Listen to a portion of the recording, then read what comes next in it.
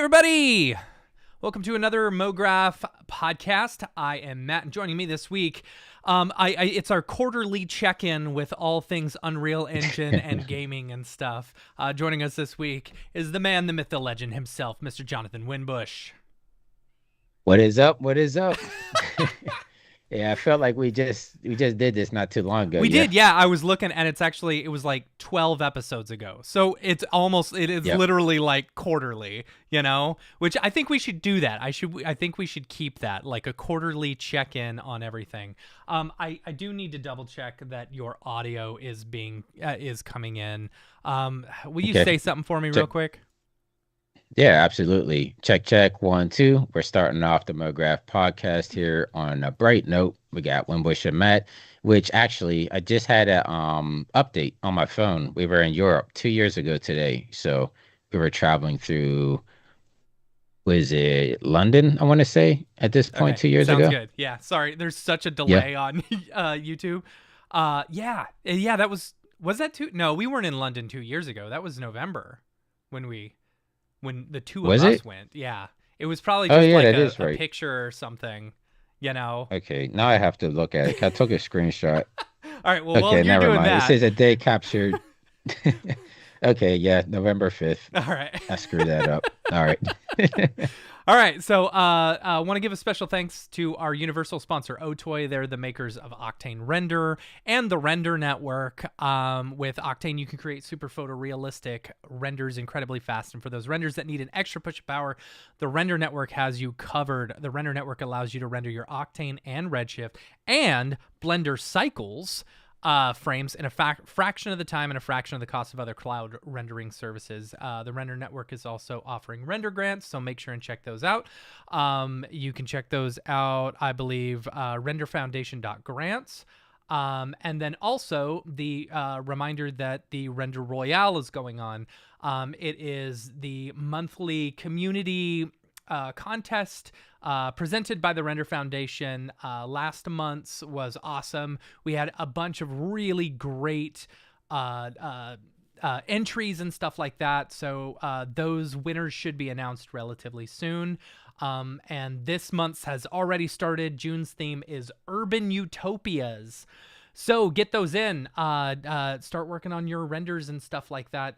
Check out more at Render Foundation/Royale for more information.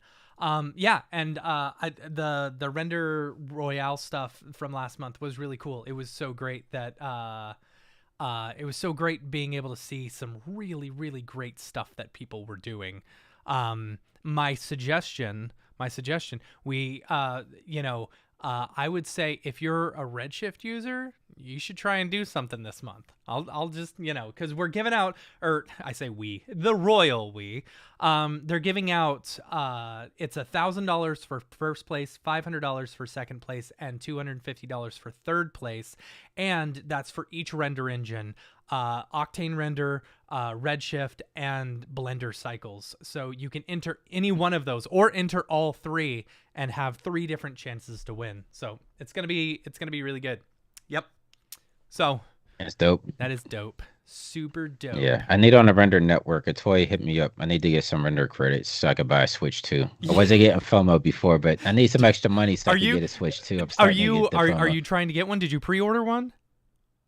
I didn't, because at first I was like, there's nothing there. Because I was waiting for Mario Odyssey 2, right? Like, I really want Yeah. Mario Odyssey 2, or I want a new Luigi's Mansion. Like, I really want Luigi's Mansion. Yeah. But, yeah, neither of those were announced. So at first I was like, I don't care. I'll just wait. Yeah. But now that it's getting close, I kind of want one. So, I know. So I'm yeah. thinking like GameStop's doing you can go up there at 3 p.m. Central Time and like Yeah, so that, reserve one. And so it's like after the podcast, me and my kid are probably gonna go up there just to see, like, show up at like 2:45. If no one's in line, then sweet. But I guarantee that line's gonna be ridiculous or whatever. You know, if not, so do you reserve it no, I at didn't. So 3, or you do you have can to stay there the reserve whole one time? that they'll have at midnight. So I guess Gotcha. they're getting a bunch in. So you either reserved it online initially, or you go in person and reserve one that they got. You know, But if it doesn't work, then we're gonna try and hit up. So Costco has them apparently. We'll have them on the 5th, Hmm. and it's like, okay, well, at least I get to sleep in a little bit. I won't have to show up at midnight because midnight, no, I can't do that, you know. Right. And so we'll go. Me and my kid will go to Costco. Got to get one for him and one for me. So got to get the 2 Switches.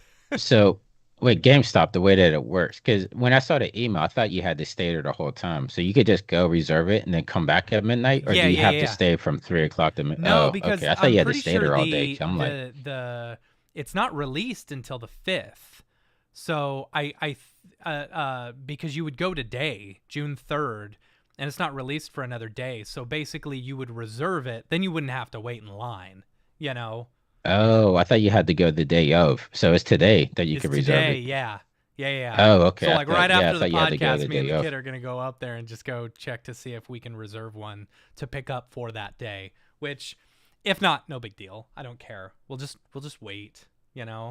I know, like the old Halo Yeah. release days. It's like, I just don't understand. And this is my frustration with like, any new console that comes out or like a graphics card. Like I've been trying to get 5090s really bad. I can't get a Founders Edition. I could get a regular 5090, or not a regular, like any other brand 5090, but they're the higher end ones that are like Right. $3,000 or 3,500, and it's like, well, at that cost, I might as well just go on eBay and buy a Founders Edition one for the same price, But it's like it's impossible to get these things. What I don't understand is why don't they just do like, okay, Best Buy does a system where you can reserve one, on your account, and then when it comes in, they just send it to you, and it's Right. like, or it's like, hey, your thing is ready. Do you want it, or do you want to pass it to the next person? Kind of the way Libby does holds for like books, like audiobooks and stuff like that. It's like, why can't we just do that? Because they have to build FOMO. Because once you build the FOMO, then you really would, jump head over heels to try to get it. So, Yeah, I yeah, guess I think so. it's strategic. But it seems Yeah. to me like these companies, like if you say, okay, you put a $50 deposit down, you're just holding on to that money. Like that money's like income that comes in that they can just sit on and gain interest and whatever, and you Yeah. can hope But that people NVIDIA, either die or forget about it, then you get that $50 forever. I think NVIDIA too, they might be trying to support their third party. So, like you said, it's hard to get a Founders Edition, but Hmm. you could probably get a PNY version. So it's You like can. if everybody could get Founders Editions, then it's like nobody's going to buy the third party ones, right? So it That's might be true. them just limiting, their scope, and then it's like, okay, we'll let everybody else be able to get a piece of the pie as well. I mean, I'm just thinking outside the box, but Yeah. yeah, Yeah, I mean that makes sense. That does make sense from a like maybe those companies are working out with Nvidia in order to like limit, because I think the only place like you can't go to like Micro Center and buy one, or you can't go to like Walmart and get a 3090. You can only get the right. 3090 Founders Editions at Best Buy. Like they're only specifically sold at Best Buy, Mm. from the way I understand it. Now you can go to a Micro Center and buy one of the PNY or the EVGA ones for $3,000, but Right. I don't know. I don't know. Speaking of 50 series cards, some news. I didn't put in the news stuff. I just figured we'd chat about it. Octane Bench. They just released the Octane Bench 2025.2 or something. I don't know the exact numbers, but they have the 50 series support now. So you can actually bench your 50 series cards, which is pretty cool. I think a 4090 under the new bench is running like a 1313. And then a 5090 is running like 1750. So you've got like a 30% increase over it. It's not as big as like going from 13090 to a 4090, but still it's pretty good. That's a pretty good increase. So Yeah. if I could get a 4090, I would buy a 4090. If I could find it's so funny to me, like because if you go to Best Buy, I went to Best Buy and bought a couple of cards, but the only thing that they're still making are like 30 series cards, like 3060s, like those 12 gigabyte 3060s, which those are pretty nice, you know, and they've got a fair amount of VRAM, but it's weird that they almost entirely skipped 40 series cards, you know, continuing those, and they're still just continuing with the 30 series ones. I don't know.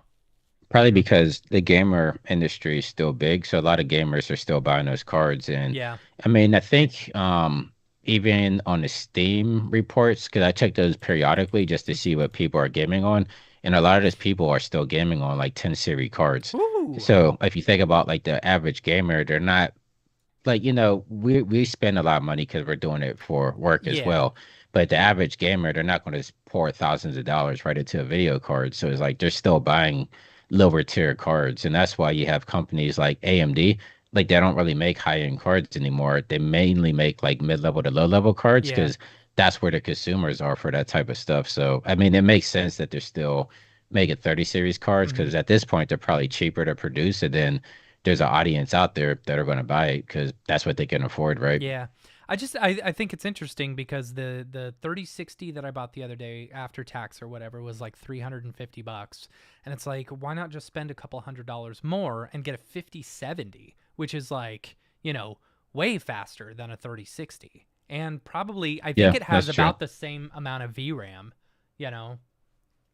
So, I don't know. Yeah, I mean, I just rock with one card. Like I got a 4090, but I got that when it came out, and I had to get it built into a computer already. Like that was the one way that you could get these type of cards is if you get it pre-built in the system. So Mhm. I just rocked with that for the time being. But yeah, I haven't tried to buy like a video card in years, like a video card on its own, you know? Yeah, yeah, yeah, yeah. Yeah. I wasn't yeah, I mean, I wasn't originally in the market for graphics cards, but then I started building out more render nodes to be able to put on the render network and stuff like that.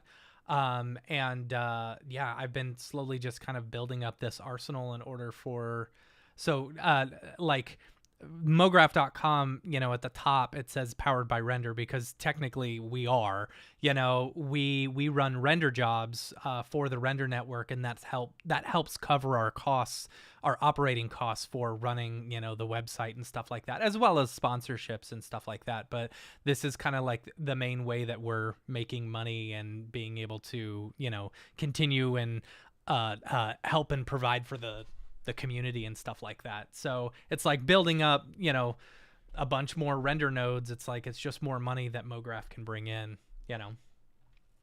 Right. So Yeah, no, as we said before, that sounds like a good job actually. I'm getting tired of doing motion graphics. Just let me render stuff all day. Just want to play video games and yeah, I'll let the seriously. renders happen in the background. I told my wife the other day, I said, if I ever won the lottery or, you know, made a bunch of money or something, like we would move out to the country, like, you know, the suburban country. So, like, you know, Right. 2 or 3 minutes down the road, just with some land. I would build a studio behind at my house, and I would stream, I would make cartoons, and I would set up as many render nodes as possible. Just Yeah. to like let that income come in. So Yeah. No, absolutely.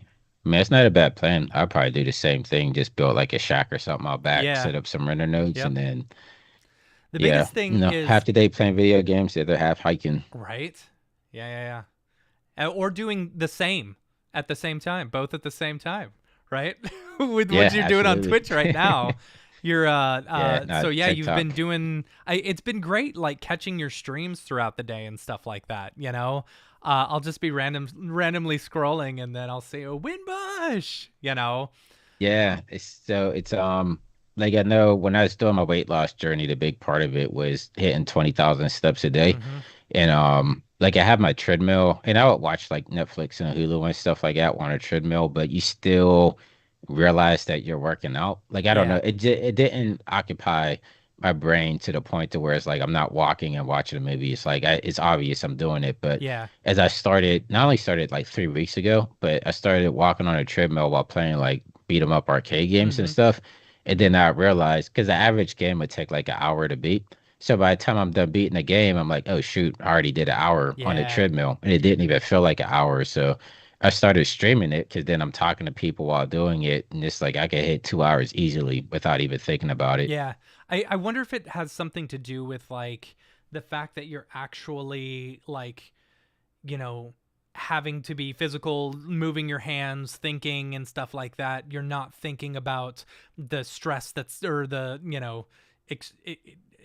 strenuating yourself or whatever, stressing yourself Right. by walking. Like it's not the fatigue that comes with walking. It's like your mind is preoccupied with the video game stuff. Because the video games, they constantly stimulate you, right? Like Mhm. if I'm watching a movie, there's a lot of dialogue when it comes to movies and Yeah. TV shows. So it's like when there's an action sequence, yeah, I'm involved in the action sequence, so you don't realize that you're walking. But when they're doing talking or the slow moments, and it's like, oh yeah, I'm walking on this treadmill. I don't want to be doing this. But with a video game, it's like you're continuously just always doing something the entire time. So I think that brain stimuli is just really what's occupying your time more than you realizing that you're actually moving around doing it. Yeah. Yeah. What's been your favorite game you've played so far? I'm trying to think. So Bucky O'Hara was pretty fun. I played that again this Which one? morning. Which are you playing, And the then NES version or are you playing the Super NES version? playing the arcade The arc. version. I've never played the Yeah, arcade version. I've only played the the arcade NES, version is and it great. is one of my favorite games ever. So it's funny because somebody in the stream is like, "Oh, I'm waiting for you to play Bucky O'Hara," and I was like, "Well, I played that like 2 weeks ago, but I can play it again. I like it or whatever." So I throw it on, and he's like, "What game is this?" And I'm like, "It's Bucky O'Hara." It says it right on the Yeah, thing, and the guy's like, "No, no, I meant the Nintendo version." dude. So I was like, "Oh, maybe we'll do it tomorrow," because I have my Nintendo controller and stuff. Yeah, Because it's like if I play Nintendo, I want to play Nintendo with the controller and stuff. So I'm like, I'll set that up for tomorrow and play through it. yeah, yeah. You really should. Bucky O'Hare, it's a super fun game. And interesting thing about Bucky O'Hare is it was one, it's very rare because it was at the last leg of the NES development cycle. Dave has a copy of it and I'm super jealous because it's like a $300 game, you know? Oh, is it really Yeah. And for the cartridge? yeah, Yeah. because they didn't make a whole lot of them, and it was towards the end of towards the end of the cycle. But the cool thing about Bucky O'Hare, like Bucky O'Hare and GI Joe, I believe were towards the end, and they had worked out so many awesome like hacks and stuff like that for the graphics and how to implement movements and foreground and background things. It's like those were some of the top tier like graphical things on the NES when they were So introduced. G.I. Joe, that was a side scroller It one, was, right? yeah, If I yeah, yeah, remember. Okay, yeah. yeah, So yeah, I have to put that on my list. I've been trying to make a list of stuff people have been suggesting so I could play through it on the stream, but I haven't hit the NES stuff yet, just because I've been kind of leery because it's like I tried Battletoads Double Dragon on the Genesis the other yeah. day and I got frustrated, but I was just playing through it. Hmm. But then you only had three continues, I realized. So it's like after the three continues, then it's like that's it. You have to start all over. So I'm like, okay, I'm sticking with arcade because at least Yeah, I could just throw more quarters yeah. into it and keep going. See, So that was the one thing that got me on console. well, if you're using I'm assuming you're emulating, right? You know, Yeah. you can put cheats in there, like I run on original hardware, but I run on an EverDrive, so I've got like all the games that I can load into the original cartridge, but it's got the ability Yeah. to add Game Genie stuff in. So lots of games Oh, like right. I love DuckTales, for NES, but I hate like just Yep. grinding and like actually I sometimes I just want to play and not worry about like if I have energy or lives or whatever. I just want to play through the Right. game, you know and I'll do Yeah. that. This. You should just add some cheats or whatever. Yeah. I mean, I did beat it yesterday because I looked it up because I was getting frustrated. I was like, I don't like to start a game and not complete it. And then I found that they had a cheat code for it. Yeah, It was like almost like the Konami code, right? yeah. So I put that in there, just warped all the way to the last level and had like Oh, that's 10 lives or whatever and was able to beat it that way. yeah. But even that way, it's like I almost lost. So I'm like, this game is like literally impossible if you try to play it like the legit way. Well, the whole thing with Battletoads originally, It's the same with like The Lion King on Super Nintendo. They're like Mhm. incredibly hard, specifically because the developers did not want people to just rent them for like 3 days. I saw that. And then, Yeah. yeah. So, like, they would make it intentionally hard so that people would want to buy it so that they can try and beat the game. Yeah. Yeah, I saw. It's funny 'cause I saw a TikTok video on it. Like I'm getting all those feeds now Yeah, because you I'm are. doing all the retro stuff. But yeah, I saw a video on that. They were talking about the Lion King and I think Aladdin and stuff like that. Like Disney, when they played the game, they're like it's too easy. You have to add this extra level of difficulty so Mm-hmm. they won't be able to play through it through a weekend. And yeah, like the Lion King was really hard. I remember Yeah. renting that multiple times and trying to beat that, and it was like nearly impossible. Yeah. Yeah. It's insane. The there's Uh, this streamer that I was talking to you about on TikTok who I watch every night. He streams the Karate Kid on NES. He yep. actually has the number one in the Super Nintendo Battletoads Double Dragon. So like Oh, really? playing as one of the toads, yeah, which is pretty Yeah. funny. So Yeah, I was trying to do Billy and Jimmy just to try to mix it up. yeah, Because when people are going through the stream and they see like a Double Dragon character on like a Battle to his level, they usually stop and they're like, "Oh, what are you doing?" And so, yeah, a lot of people didn't even realize that was like a crossover game. So yeah, that's why I was trying to play through it. But yeah, that game is extremely frustrating. So yeah. glad to be done with it. That's funny. Let's talk some Unreal Engine. Unreal 5.6 just came out, right?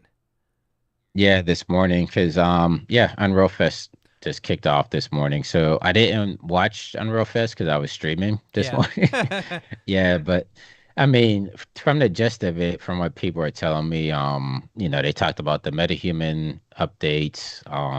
Yeah, what They there talked a was little bit what about there was 5.7 something really already. interesting with the MetaHuman update. What was that? Was it using some sort of AI something or something? I can't remember. Yeah, I have to look more into it. I know that they were saying that metahumans are being used across all platforms now, so you can freely use. I didn't know that you couldn't freely use them across anything, but I guess now you could Oh. distribute them through anything now. And then they put out their official documentation. Like when I updated this morning at 5.6, like you get this disclaimer. It's like if you make $1 million or more, then you have to start paying Epic. And Mhm. that's not only if you're doing video games, that's if you're doing TV production, virtual production, like basically anything. If your company makes over $1 million using Unreal Engine, you have to pay a royalty at that point. Mhm.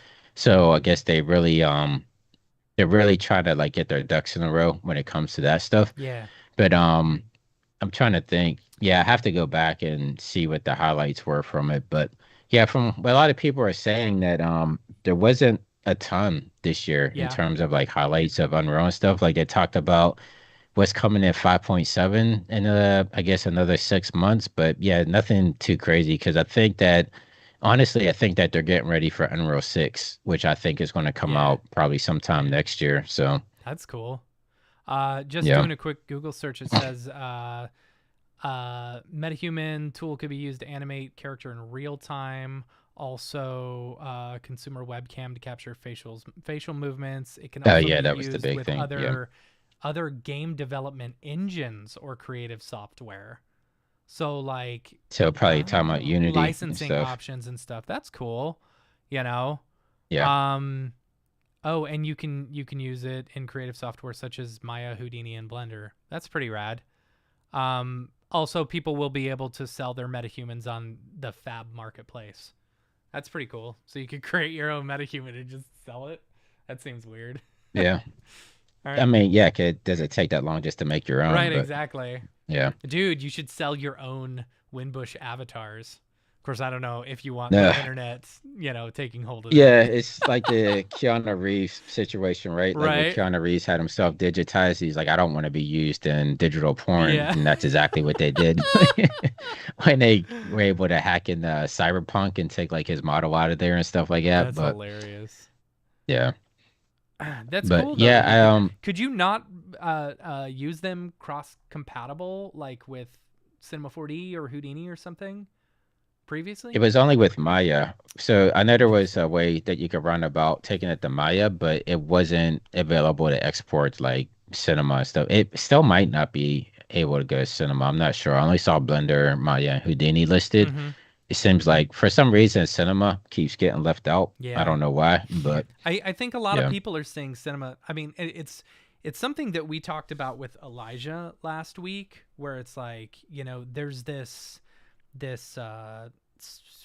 like just this view that people have where cinema's much more motion graphics.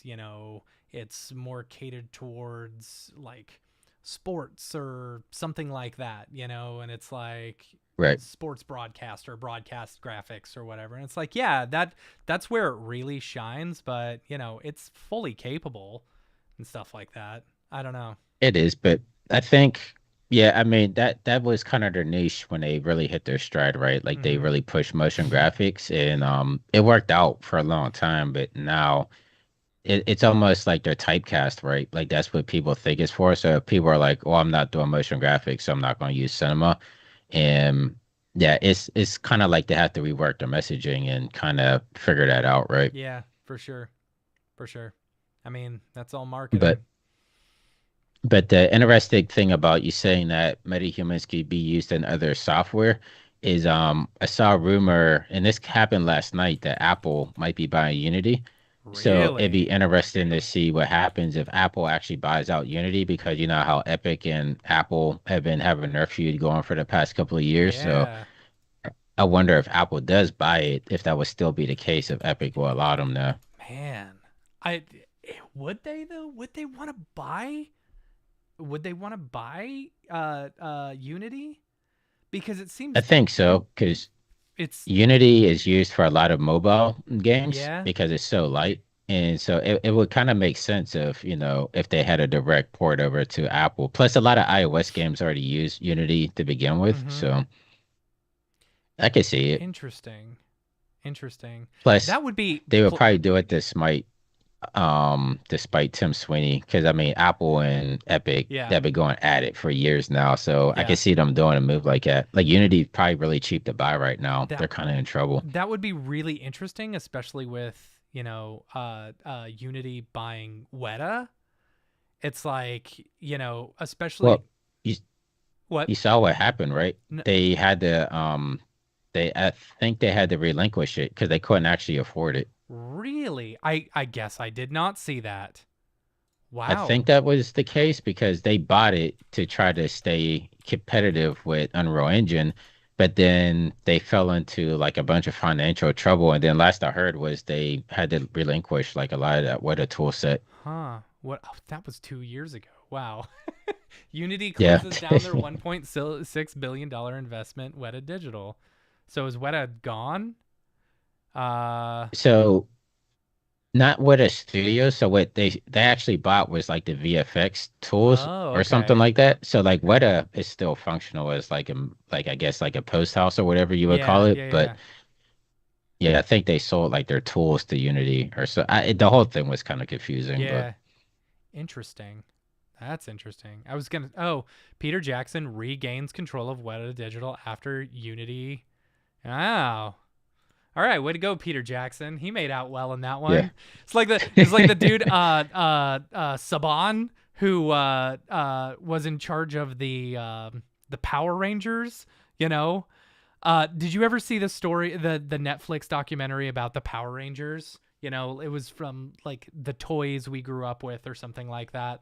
So they talked all Yeah, about the no. Power Rangers and how it just became this cultural phenomenon, and then Disney bought out from the Power Rangers like licensing from Saban for like $2 billion, and then basically didn't do anything with it, and then they sold it back to him for like $10 million. Oh, really? Yeah, it was pretty crazy. Dang. And so the dude is still like, or was still making like Power Rangers episodes and stuff like that. Yeah, It's I pretty mean, I've crazy. worked on them the past couple of seasons, and then I worked on the Netflix original one too. But yeah, I Yeah. mean, they're still cranking that stuff out there. Like That's crazy. Yeah, can't believe that Disney would buy it for that much and then just sell it back so cheap. Because I mean, it was always popular. It's never like they really had like a downturn at all. Yeah. Yeah. I mean, I think they also had the Ninja Turtles at one point, didn't they? Like you used to be Disney able had to it. walk around Disney World and you'd see Power Rangers and Ninja Turtles and stuff like that walking around. I wouldn't doubt it because Ninja Turtles, it's almost like Kiss, right? Like they kind Yeah. of just sell their IP all over the place. So Yeah. yeah, I think Nickelodeon owns them now, right? Maybe that's probably the case. Yeah. Yeah. Yeah, EJ was saying Luis showing off his Pokemon Game Boy game. So Luis Miranda has been on, you know, TikTok or Instagram and stuff like that, showing off like he's becoming a collector, which is good. That's great, you Yeah. know. But yeah, EJ, I was thinking about you the other day because you should watch. There's this really good YouTube video about the history of the Mega Man 2 speed run. Like it's there's an awesome YouTuber called Summoning Salt. If you're in the gaming, retro gaming speedrunning community or whatever, he creates these amazingly awesome, like full scale, like 2 hour long documentaries about just like speed running very specific games. He's got one for Mega Man 2, he's got one for Castlevania for NES, and he's got one for Mike Tyson's Punch Out, which is like just Nice. fantastic. It's so good. Yeah. Yeah, I was watching somebody play Punch Out last night. They actually beat it Yeah, with dude. cause like he was knocking everybody out Mhm. within like the first round. And I'm Mhm. like, dude, how the hell are you? I'm like, do you have any cheats on? He's just like, no, I've been playing Punch Out for 30 years. And it's like, dude, Yeah. it's nuts. Like the people that dedicate themselves to a single game, like they know all the glitches and it's like down to like a microsecond. Cause he's like, yeah, he plays on original hardware because the emulators, I guess the timing Mhm. might be off by just like a smidgen. Yep. So yeah, it's kind of nuts how deep everybody gets into it. Yeah, that's specifically why I bought a CRT, why I play on original hardware, because I don't there's like this minuscule little lag that I just don't Yeah. like. I just don't like. Yeah. I mean, did you see that? I can't remember the guy's name. He's pretty much like a villain at this point, but he had the high score for Donkey Kong, the Yeah, original one. Billy Mitchell. And yeah, Billy The Mitchell, only that's reason I it. remember Because that people are because that saying was my that, high school bully's name. oh, really? Yeah. Seriously? But yeah, I saw some people are like kind of trying to dismiss his high score because they said that he used the emulator to Yeah. do it and he didn't use like the actual arcade cabinet. And there's like complete breakdowns of like, oh, these scan lines are different. And you could tell he tried to add Yep. scan lines. And yeah, it's pretty nuts like how deep Yeah. all that stuff runs. Something that's interesting. So the I think his name is Niski. He's got the speed run record for Mario Brothers on NES. Like Hmm. literally, like maybe 2 to 3 frames off from the absolute best you can play at Mario Brothers, right? And he plays on a Dang. keyboard. Like Oh, it's an really? emulator and he plays on a keyboard, which is just insane to me. Yeah. I mean, I can't even play games made for keyboard and mouse Right? correctly, let alone try to play. That's funny. Man. Yeah. That's super funny. But yeah, no, EJ is talking about this guy that streams. So there's this guy he streams on TikTok strictly Mega Man, Mm-hmm. but it's Mega Man Maker, which I didn't realize they even made. So it's like Oh, Mario Maker, but people make Mega Man levels. So his whole thing is he's literally playing through every single Mega Man level that was ever created using Mega Man game level creator. I forget what it's that's called, but cool. yeah, he'll sit there and he'll stream literally all day, just like playing through every single level. Like it's pretty nuts. Because some of those levels seem close to impossible to beat. You know, like you're giving the average person Yeah. the tools to make these levels and they don't know what the hell they're doing Yeah. and Wow, they're just Mega throwing a Man bunch of Maker. stuff on That's there. super cool. Yeah. Yeah, I'm looking it up. It's a fan I don't game know. where you can Excuse me. create and share your own Mega Man levels. I don't know if it's like official. Like I don't know if Capcom officially made Oh, it or I'm if sure. it's I something I that doubt they somebody made, did. but Yeah, it's a yeah. fan game. So Gotcha. yeah, Yeah. interesting. Which Capcom missed out. I mean, they should have totally did that one. Like, Yeah. Did you see that old video game, or it was online or something that someone created, where it's like you could switch who you were playing with on classic games? So it's like you'd have the Super Mario level, but you'd have Mega Man or, Simon from Castlevania or whatever, and you'd play through those, or the dudes from Contra, playing in Yeah, the Super Mario levels. That was cool. They should have jumped on yeah. that. I've done that. I have a couple of ROMs that play through because Streets of Rage 2 is like my favorite game. So Yeah, there's like I have a version that has like the Ninja Turtles from the arcade game playing through Streets of that's Rage cool. and stuff like that. So yeah, there's a lot of cool crossovers like that. That's super cool. Yeah, yeah, I yeah. wonder what Mega Man will come out on Switch too. I don't think Yeah, there'll I be don't know. one. I don't think honestly. Like, I mean, it's backwards compatible, right? So I mean, you can just play what's out there is already. it fully backwards compatible though? I thought it was. Yeah, I No, mean you could be right. Yeah. I don't know. It's probably something similar to the way the Wii and the GameCube worked, because the right, Wii you could play GameCube games, because basically the Wii was just a like trimmed down version of the GameCube with the IR sensor and the new things, which right. was cool, you know.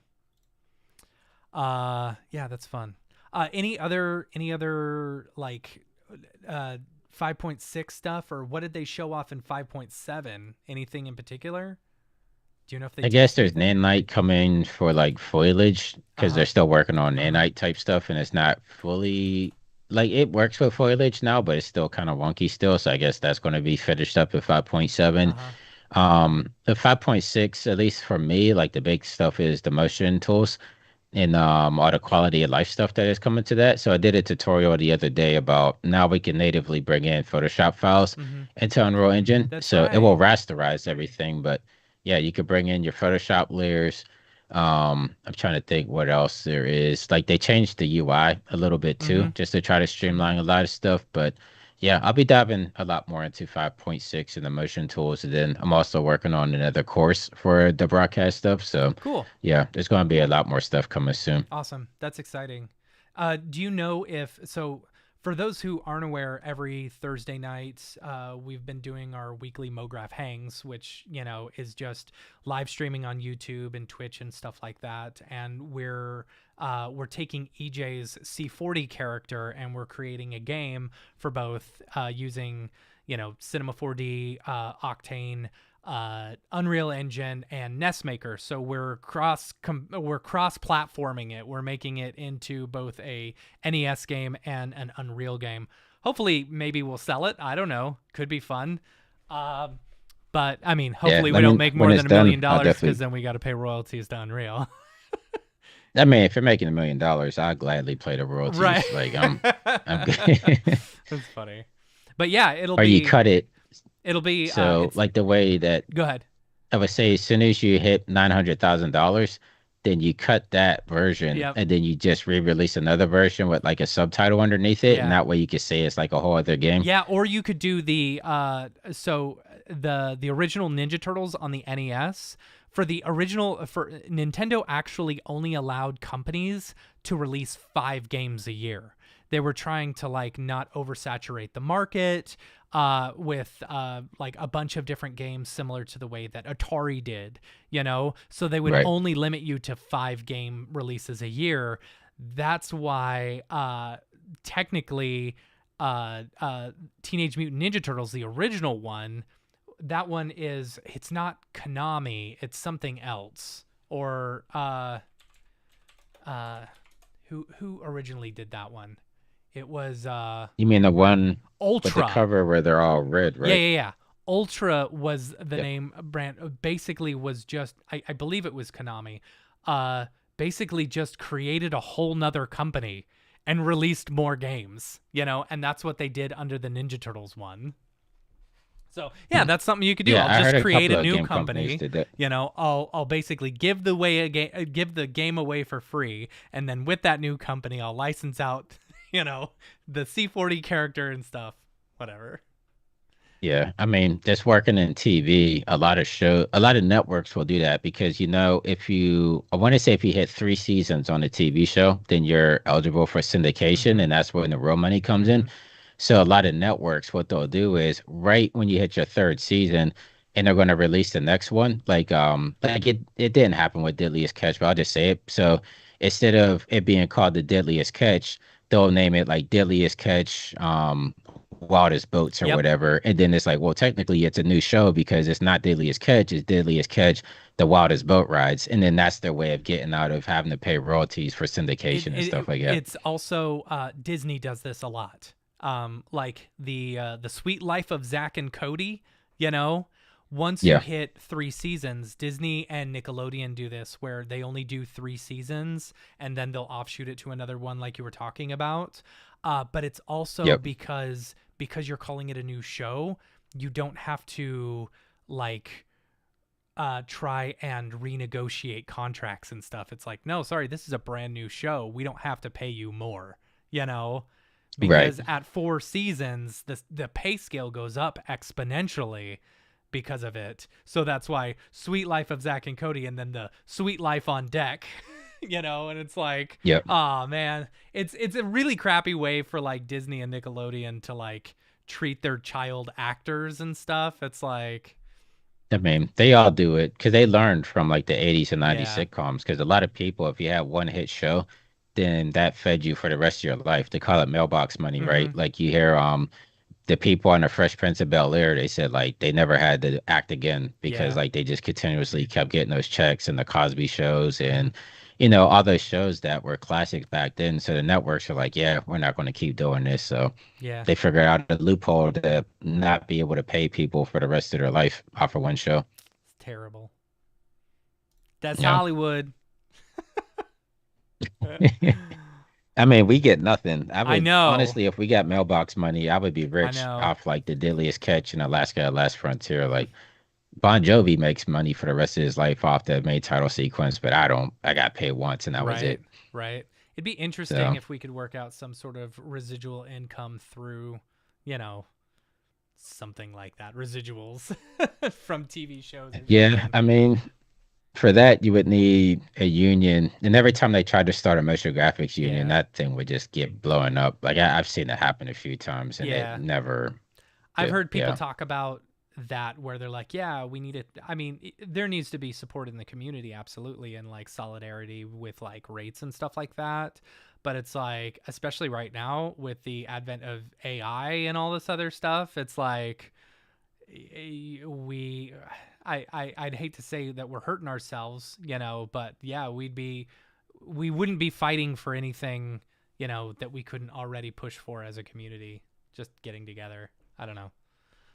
I mean, they already tried it. That's what happened with the screenwriters strike and the actors Mm-hmm. strikes. Like they were striking because they saw what was going to happen with the AI and stuff like that. And I don't want to say it was for naught, but it doesn't really seem like those strikes really accomplished anything, It and it hurt Hollywood it more than it like did. we're still feeling the effects. Yeah, Yeah. it's like even us who do, just little animations and stuff for small TV shows or whatever. Yeah, I feel like a lot of us felt that hit and are still feeling it, you know, because Yeah. especially as motion graphics people, it's like, you know, we have our rates based in the US, and when we were on the tour, Victor was talking about, if you can in Canada, like if you can get American companies, they pay more and stuff like that. And it's like, okay, yeah, in the US we pay more, but it doesn't mean that the talent is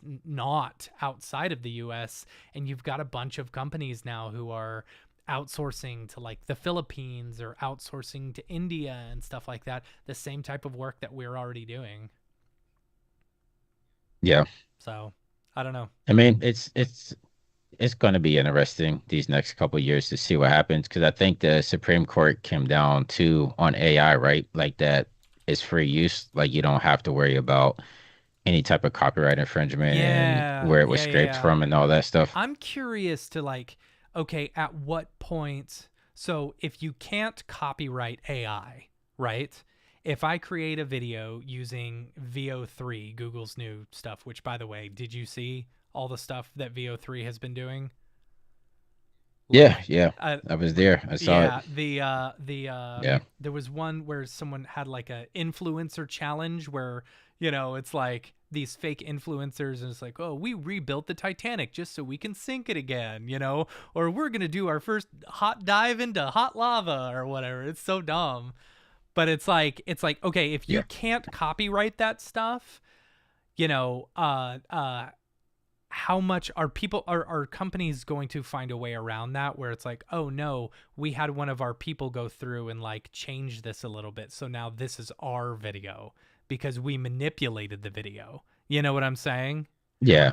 It I mean, they'll find a way. They have a lot of smart people at these companies that that's their thing. They find the loopholes and mm-hmm. everything. So I'm sure they'll find a way to try to protect that. Yeah, it's like what's the artist Cause, you know how we'll straight up just basically rip Mickey Mouse and just change the eyes to like X's, and it's like no, I changed it a Right. little bit and it's now my copyright, you know, or it's, you know, fair use or whatever because it's parody, you know.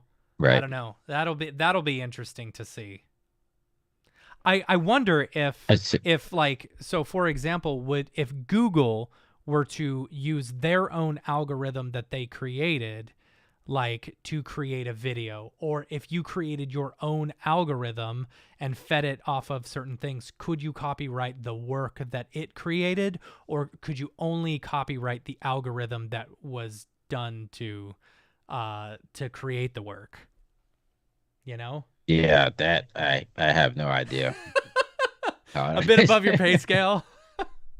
Yeah, yeah. I haven't really dove into the AI stuff too much. Like I've seen it being used on shows and stuff that I've worked Mhm. on, but yeah, it's I don't know. It's the type of thing where it's like, do I now start trying to figure this stuff out? Because it's a like we already see the networks are using it, right? Yeah. Like they're not shying away from using it in commercials.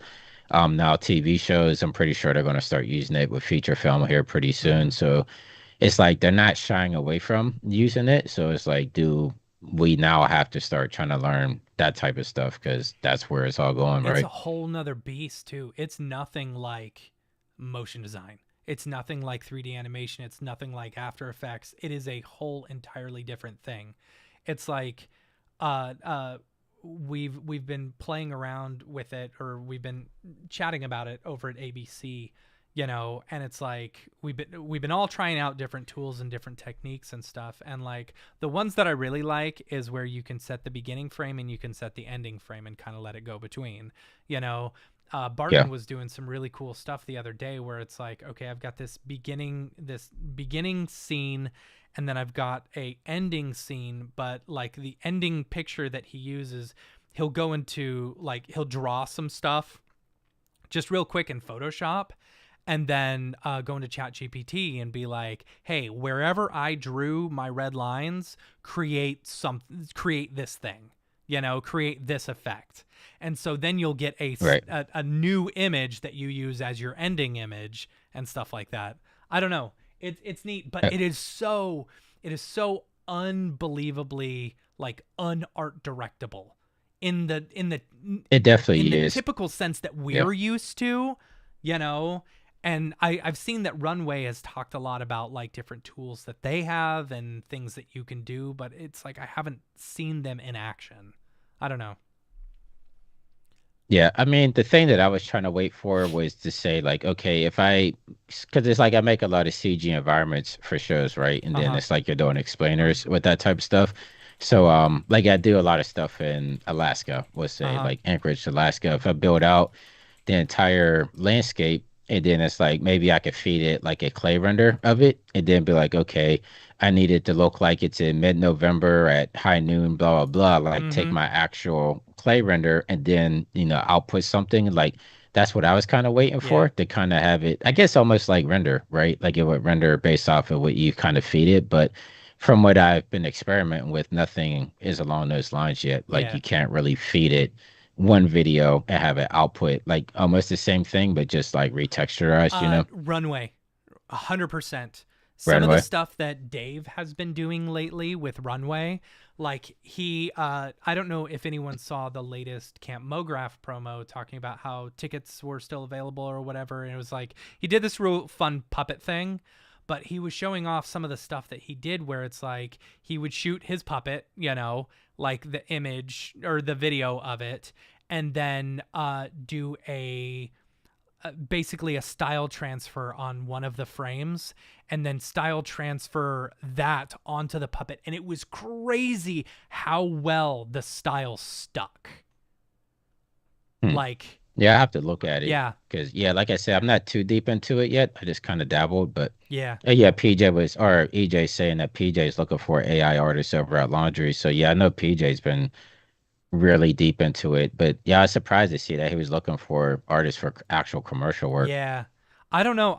So yeah. I wonder if it also brings up the whole thing, like if you can't copyright it or whatever, like are companies going to shy away from using it in commercials because if they have a really popular commercial or whatever that has a couple of AI clips in it, are they going to be able?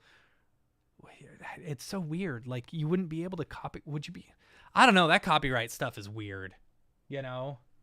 I mean, it comes to the point maybe they just do away with copyright. Like it doesn't matter Yeah. anymore. It's Yeah. just like because everybody rips everything off It's anyway, true. so it's kind of like, what's the point, you know? Yeah. I don't know. Disney's got to get paid though, bro. Yeah. Yeah, I Dave, should you do need to do a breakdown of that video because it was really cool. It was like he was using the same puppet for everything and then just like changing the style. It's like, okay, I need this one to look like a cowboy. All right, I'm going to use that for whatever. It's like I don't know, once it becomes a lot more art directable, it's going to be crazy. So I should introduce you to my one friend, Nathan. He has a YouTube channel called Black Mixture. He's been really diving into AI and he's been building his own localized Mhm. systems and like creating his own algorithms, but he's the first one that I saw that was able to really do anything that's art directable, which is why I started talking to him deeper and he was kind of showing me his systems that he's made. But yeah, he was able to totally go through and like re-export out the same video but with the slight changes. So it's kind of like, if a client would say like, hey, instead of that red hat, can we change it blue? He was able to go through and actually redo it and it came out almost, I don't want to say perfect, but like 98% Yeah. there, which I was really impressed by. But he was saying that he doesn't use like the typical web-based AI models. Like Mm. he goes deeper into it and he actually has everything localized. Okay. So he's running everything off his own local systems and everything, which is really interesting. So Yeah, I yeah, I should introduce you to him if you ever want to talk to him on your yeah, podcast that'd and be whatnot. cool. I was playing around with Comfy UI this week, and like it's okay for image generation, video generation. It wasn't that great. Like honestly, the best thing that I've seen so far is VO3. As far as stuff like that goes, but still But VO3. VO3 is expensive Yeah, though. it's $250 a Yeah. month, which is crazy. Yeah. But I was playing around with it because they give you some free credits, and it's like, I was like, oh, make me a Pixar style character, blah blah blah, falling down, and it's like the second, like it looked really cool at first, but then the second you get any sort of like movement or whatever, it's like, oh, now you've got 5 legs and whatever. It's like, I don't know. Right. I don't know. And there's just something about it that like I was watching some of the runway like short films that people have put together using AI, and it lacks that heart or like its soul almost, it lacks that fine uh that subtle touch of movement and like storytelling and stuff. You know what I'm saying? There's something to less is more. Yeah. Like I feel like the more tools that we have at our disposal, the less soul that a lot of these projects feel like they have behind them. Yeah. So it's almost like you look back at like the original Star Wars, like they literally went to like a hobby shop and just got like a bunch of those car kits, and that's how they made like the Death Star. Like Yeah. they're literally just like hodgepodging stuff together. But that you get some of the best content when you have to actually just go through and be creative. And it's like we have so many tools at our disposals that we're less creative, even though we think we're more creative. Yeah. And so with AI, it's kind of like that's really stripping everything away, I feel like at this point. So no matter if you're like the best art director in the world and you understand like all the basics of everything, as soon as you just start using AI to output all your stuff, I feel like you lose Yeah. that special human touch that makes, everything what it is today. Yeah. What I would love to see is a mixture of like 2D, 3D into AI where like I am creating similar to what Merck did with the C4D, plugin he created where it's like you'll Oh, right. create like just a basic thing, you know, and then type in a prompt and it keeps that same composition and whatever. Like I would love to be able to draw some really crappy stick figures or like, this is my composition. This is the way I want the camera to move. This is where I want the person to end up. Much more art directable stuff. See, what AJ just said down there, where it's like he said the clients are going to be like, you know what, this ain't perfect, but it's good enough because of money. Yeah. And I literally ran into that on projects, and it's frustrating because it's like these are the same clients I've had for like the past decade and a half. And if I put out a render and it like, how shadows sometimes will have like the flickering Yeah. and the fireflies, that just stuff, like they would actually kick stuff back when they would QC it, like, oh, we see some noise in here, you have to go back and fix that, or this, that, and the third. But now with some of the AI stuff that they're doing, it's like you see like the smudginess and the imperfections and just the weirdness in the renders, and they're just like, oh, it's good enough, let's run with it. Yeah. And I'm just like, what the hell, if I would have did that as a 3D render, you would have kicked it back and made me fix it. So it's kind of frustrating seeing them being so lax because it's AI. And when we were doing this stuff by hand, Yeah. we had to really dial it in and perfect it. And it's just, yeah, it sucks. Winbush told me he replaced all his team at his studio with AI. No, I replaced them with Winbush, Right? just a one man team. He cloned himself. That's why he's looking so Hey, I much wish I like could. fitter, because like another version of him exists somewhere. Yeah, it's like that Bruce Willis movie when they all just lived in pods and they just had like avatar versions Yeah. of themselves running Yeah. around. That's funny.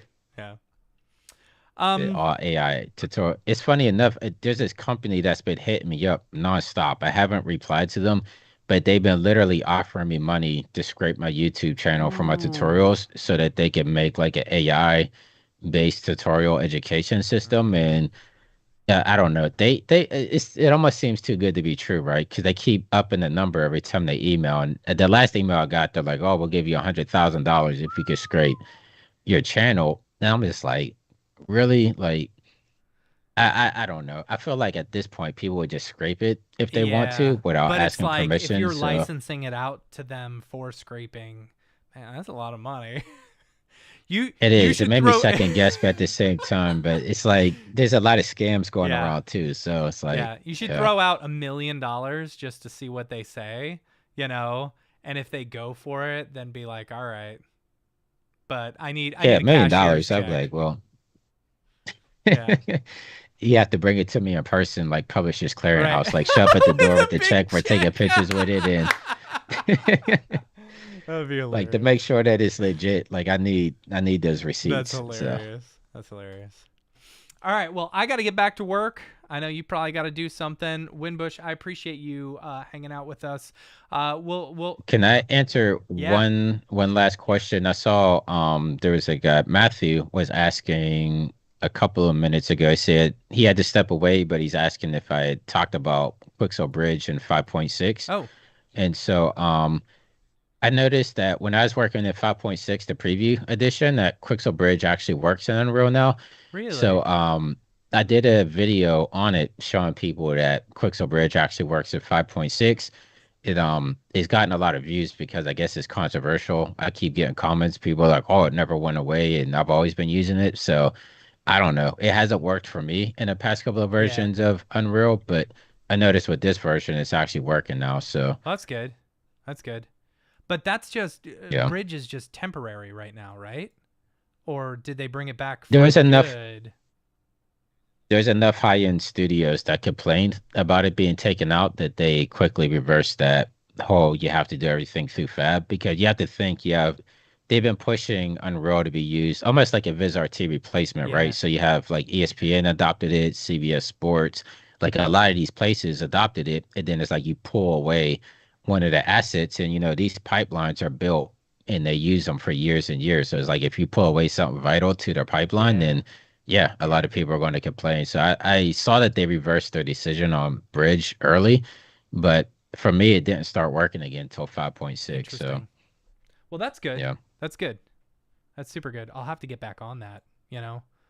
you're saying you're getting errors. Yeah, I don't know. I just updated to the final version this morning, so I'll test it out and see what's good with it. Cool. EJ. Oh Yeah, somebody man. did that to me on tour. I don't know if you remember. We were in Germany in the after party, and that guy came up with his busted phone. He's like, "Wimbush, I got this error," and I'm like, "Dude, we're at a bar. I'm not trying to, I'm not trying to That's troubleshoot here. hilarious. Yeah, Unreal codes while we're out here chilling." But That's funny. EJ, I need to have you back on the yeah, show. I don't know when the last time I had you. It was probably we should do our quarterly check-in with Winbush and EJ, back to back. So but yeah, let's okay. do it. I gotta get back, or I gotta get back to work. Thanks to everyone for hanging out. I'm trying to find my notes so that I can. There it is. Thanks to everyone, and make sure to follow us on all the socials, especially YouTube and Twitch. Like I said earlier, we're doing our MoGraph Hangouts every week, Thursday nights at 7 p.m. on Twitch and YouTube. We've got a bunch of fun guests coming up on the show, and if you haven't done it already, make sure to sign up for your very own MoGraph.com account. It's a one-stop shop for everything a motion designer needs. You can showcase your demo reel, projects you've worked on, post jobs, apply for jobs, sell your digital goods, find meetup groups, or start one of your own, and so much more are planned. We currently have almost 800 members and are growing. We are an artist-first site where your work will always be yours and will never be fed to the AI machine. So, Winbush, Yeah, thanks so and, much for being on unless the they give show. you $1 million. Unless they give you $1 million, yeah. So, But yeah, now follow me on all the socials as well. I'm going to be start doing bidet interviews and reviews up on TikTok because everybody loved my bidet bidet. video. Yeah, because when we are in Vegas, I I did the know. bidet video up on Instagram. So Did that people have one been do asking better for than more. like I gotta any do video some. you've ever had? It's funny because it's like that one just literally shot up. People are like, "What the hell is Yeah. this?" And it's just like, all right, I gotta start doing some bidet That's videos. funny. So That's yeah, hilarious. all the bidet sponsors hit me up. I'll start That's reviewing them. hilarious. Tushy, we're looking at you. Yeah. All right, cool. Well, we'll see y'all next time. Until next week, I'm Matt, and you are. I am Wimbush. What up? What up? I'll catch you guys next quarter. Later, everybody.